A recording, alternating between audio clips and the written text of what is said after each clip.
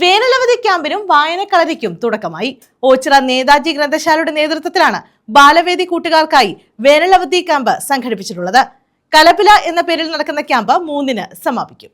വയനകം നേതാജി ഗ്രന്ഥശാലയുടെ നേതൃത്വത്തിലാണ് ബാലവേദി കൂട്ടുകാർക്കായി കലപില എന്ന പേരിൽ വേനലവധി ക്യാമ്പും വായനാക്കളരിയും സംഘടിപ്പിച്ചിട്ടുള്ളത്. മെയ് 3-ന് ക്യാമ്പ് സമാപിക്കും. പുരുഷോത്തമൻ പിള്ള ക്യാമ്പിന്റെ ഉദ്ഘാടനം നിർവഹിച്ചു. വേനൽക്കാല ത്രിദിന ക്യാമ്പാണ്. ആദ്യത്തെ ദിവസം 1-ാം തീയതിയാണ് നമ്മൾ ഇത് തുടങ്ങിയത്. ആദ്യത്തെ ദിവസം മലയാള ഭാഷയിൽ അവബോധം സൃഷ്ടിക്കുക എന്നുള്ള ഒരു കാഴ്ചപ്പാട് വെച്ചിട്ട് കേരള സ്റ്റേറ്റ് ലൈബ്രറി കൗൺസിൽ വായനാക്കളരി എന്ന ഒരു സംരംഭത്തിന് രൂപം കൊടുത്തിരിക്കുകയാണ്. അതാണ് കുട്ടികളിലേക്ക് ആദ്യത്തെ ദിവസം തന്നെ നമ്മൾ കൊണ്ടുവന്നത്.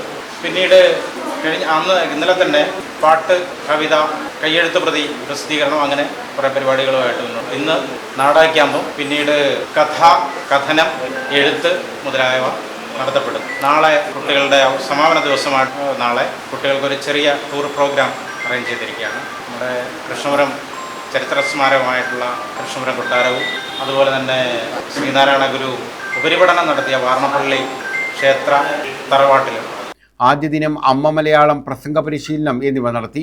നാടക പരിശീലനത്തിന് അജിത് അനന്തപുരി നേതൃത്വം നൽകി. സംസ്ഥാന ബാലസാഹിത്യ അക്കാദമി അവാർഡ് ജേതാവ് മനോജ് അജീക്കൽ പുസ്തകാസ്വാദനവും കവിതാരചനയും പരിചയപ്പെടുത്തി.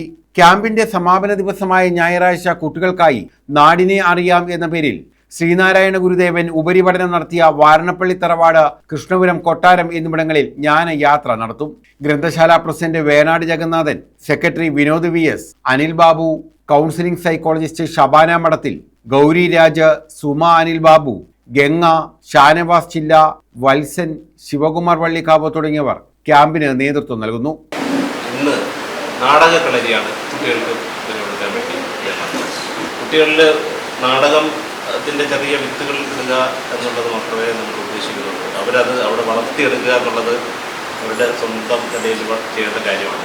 എന്നാലും ഒരു അവബോധം, നാടകത്തെക്കുറിച്ചുള്ള പൊതുവെ ഒരു അവബോധം കൊടുക്കുക എന്നുള്ള ഒരു ഉദ്ദേശമാണ് ലൈബ്രറി കൗൺസിലായാലും അവരുടെ സ്കീമിൽ തന്നെ നാടകക്കളരി വെച്ചതിൽ എനിക്ക് വ്യക്തിപരമായ പേരിൽ എനിക്ക് വളരെ സന്തോഷമുള്ള കാര്യമാണ്.